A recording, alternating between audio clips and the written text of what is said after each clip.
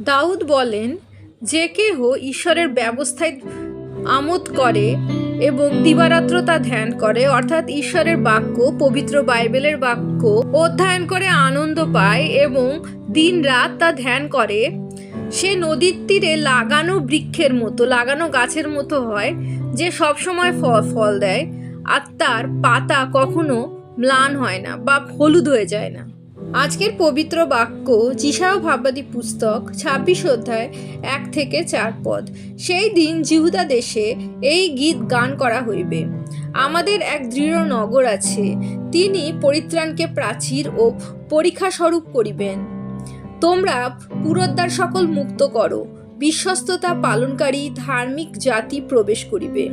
যাহার মন তোমাতে সুস্থির, তুমি তাহাকে শান্তিতেই রাখিবে, কেননা তোমাতেই তার নির্ভর।